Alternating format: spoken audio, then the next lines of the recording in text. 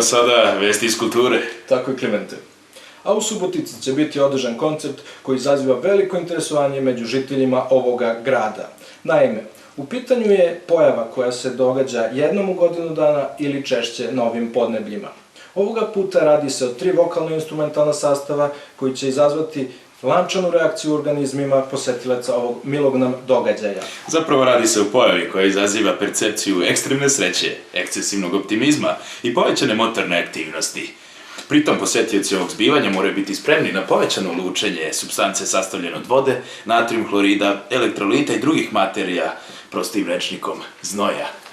Jedna od bitnih napomena jeste da će se ovaj koncert održati 1. decembra 2012. godine po zimskom računanju vremena.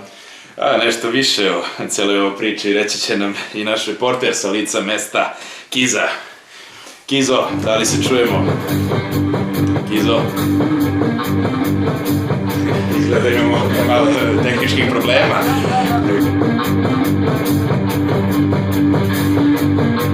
Kizo, aha, evo ga, izgleda da se rešilo. Kizo, da li nas sada čuješ? Šta možeš detaljnije da nam kažeš o ovom događaju i kakva atmosfera vlada i kako protiče to spremanje posade?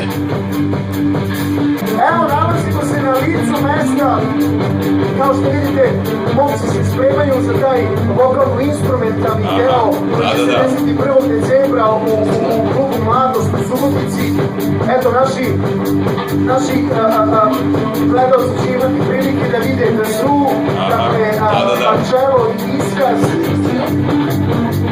Ja se nadam da će sve biti u redu, kao što vidite u studiju je trenutno sunčano, eto ako ne znam možete da upravite kadar, trenutno je sunčano, po svim prognozama koji su govorili da će biti oblačno i mestimično sa kišom, ja se nadam da će ovako vreme i ostati.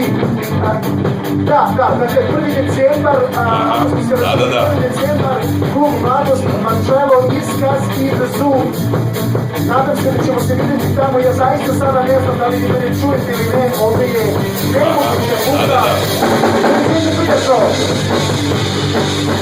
Hvala Kizo na ovim ažurnim informacijama i puno sreće u daljim pripremama posade.